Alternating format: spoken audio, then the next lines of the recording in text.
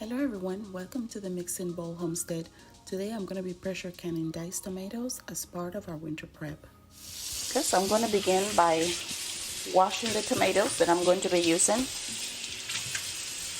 and removing anything that may not be good for the processing. This, for example. So now I'm going to start to remove the core of the tomatoes, and I just use this small knife. This is what works for me, but please follow whatever is easiest and safe for you.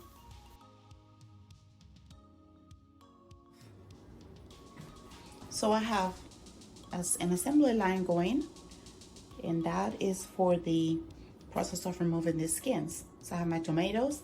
I'm going to place them into the hot water, bring them out into an ice cold water, and then remove the skins, a bucket to place the skins, and another stock pot to place my tomatoes without the skins. Water is hot enough.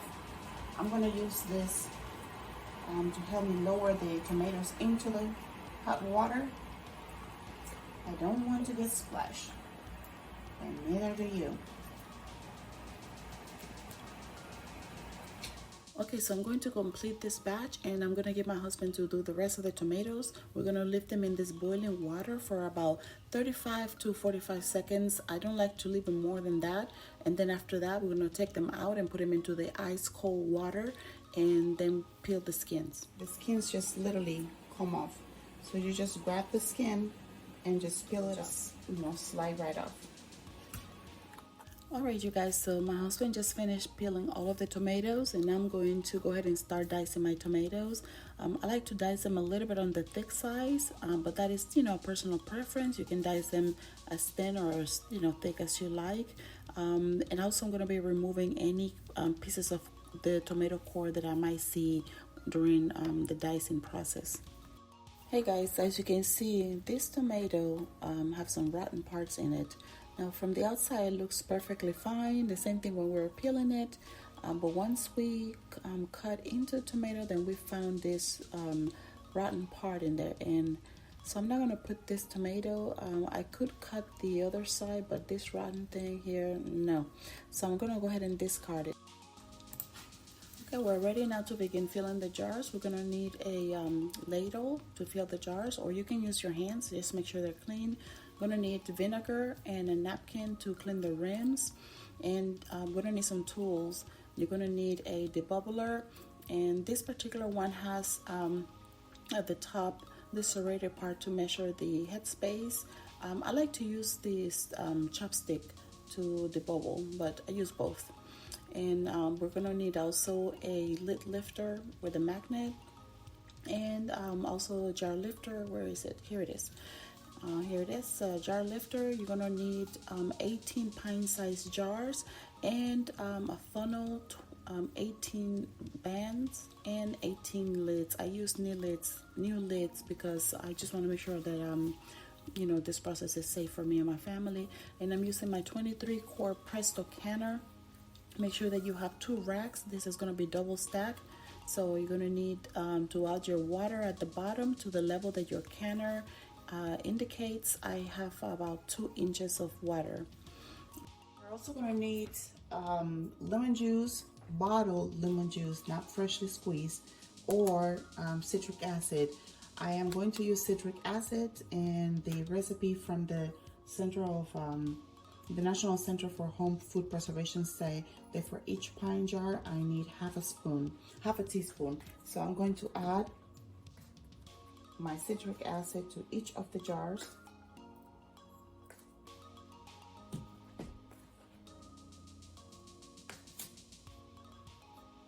And I'm also going to add half a teaspoon of salt. It's not necessary, but I am going to add it. I find out that for some reason, I feel like my tomatoes come out better. My diced tomatoes come out better when I add salt to it. And again, I'm going to be adding half a teaspoon to each of the jars. And I am using pickling salt.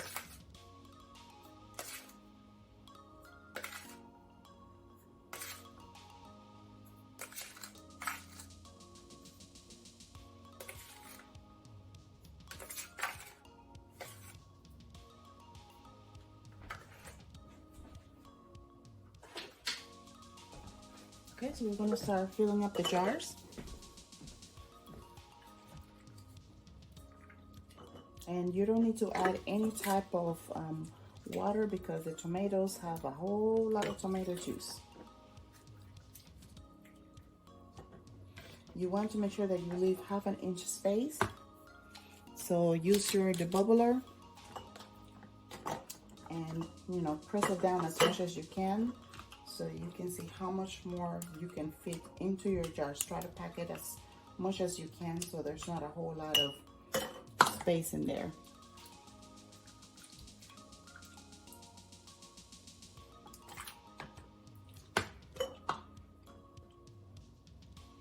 So now this might be a bit too much. So grab a spoon and remove some of it.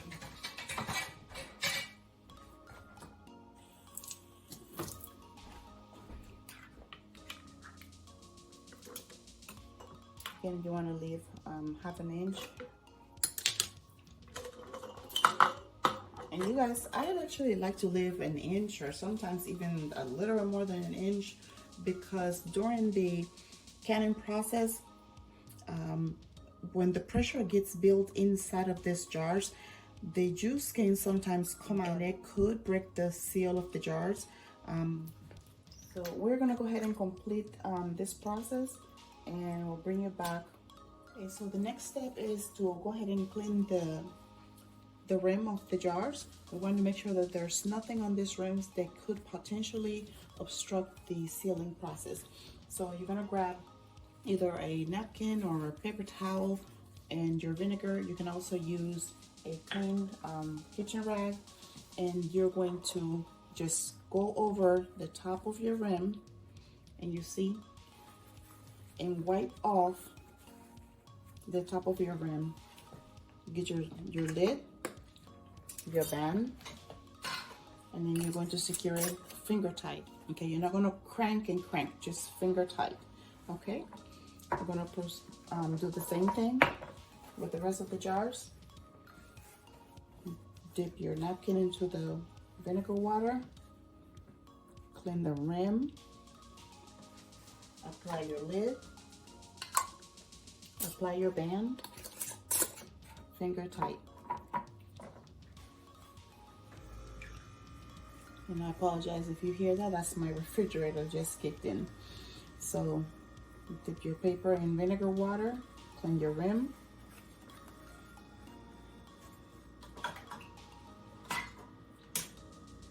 apply your lid, and secure it with your band. All right, we'll go ahead and complete that for all of the jars and finish bottling the rest of the jars, and then we'll bring you back once they are in the can. I'm going to insert a rack at the bottom of my canner. You want to make sure that you don't put any cans directly on the pot itself, on the canner itself, because they will crack. So you need something in between the bottom of the canner and the jars to prevent the jars from cracking. And it also helps us stabilize them. So I place that, and I'm going to start filling up my canner with the jars. I have my first set of jars in the canner. Now I am going to place a second rack, and I'm going to begin to fill the rest of my pine jars here.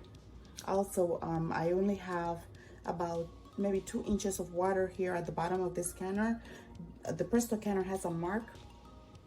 The Presto canner has a mark that indicates the water level that you should use. Okay guys, so our canner is full. We ended up with 18 pint size jars, and I'm using the regular mouth because it's salt, so it will be easy to take out. Now I'm gonna pour the leftover vinegar inside of the canner. I actually had too much in there, but oh well, I'm not gonna waste it. And this, when you're going to, sorry, this thing is heavy. When you're going to put in the lid, you have to make sure that this valve it's not obstructed, and you got to look through here, make sure that you can see through. All right, so you also want to make sure that the gasket or this rubber gasket, it's okay. that is not cracked or anything like that. It does have some ridges, but it comes like that. But just make sure that it is installed properly. All right, so the Presto canner has a V here and a V on the lid. So sorry, I'm trying to hold this and talk at the same time, and this is heavy. So it has a V here and a V here. So you want to align the two V's in order to seal the canner. I like to put my V kind of sort of this way, so that way it's easier for me to have the valve where the vent comes from not be directly under my microwave, because this is going to be extremely hot. So again, just align your V and then seal it. At this point, I'm going to turn my heat on to high so that the canner can build enough pressure. Okay, so while we're waiting for the canner to build enough pressure and to have a steady steam coming out of here, we went ahead and started cleaning our kitchen, and the leftover tomato juice and a little bit of the pulp we went ahead and put into this Ziploc bag, and we're going to freeze it until we have enough to make more tomato juice. And here are the tomato skins. We went ahead and put them on Ziploc bags as well, and we're going to freeze them until we have a filled gallon. This is a gallon size bag, but until we have enough to fill up a dehydrator. Okay, so my pressure canner has built enough pressure, and this is how I can tell that it has a steady. I'm not sure if you can see that on the stone. Let me cover the light. So it's steaming steadily. So at this point, I'm going to start my timer, 20 minutes. Okay, the timer has gone off, and at this point, I'm going to put in my pressure regulator. Just put it right there, and I'm going to allow this to come to pressure. Okay, you guys, so my canner, it's almost at the 11 pounds of pressure. So once it reaches 11 pounds of pressure, I'm going to go ahead and start my timer for 20 minutes and start gradually reducing the heat. And that is going to be right now.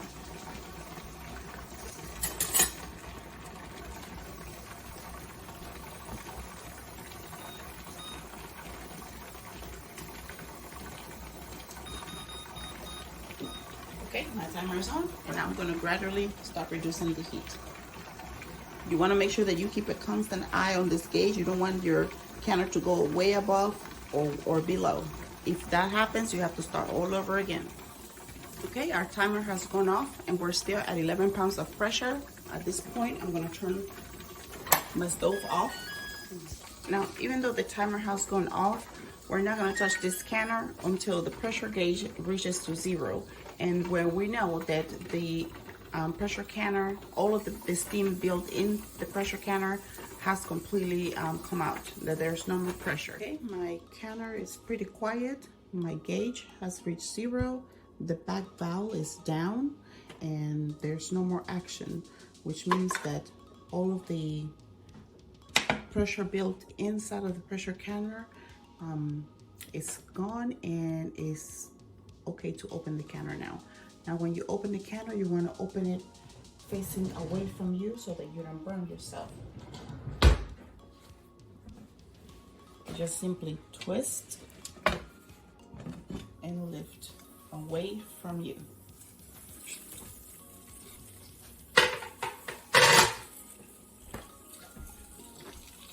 Okay, our jars are there. We're going to allow them to stay there for a few more minutes. And there you have it. 18 pint jars of diced tomato. So I'm going to cover it and allow it to rest for the next 24 hours.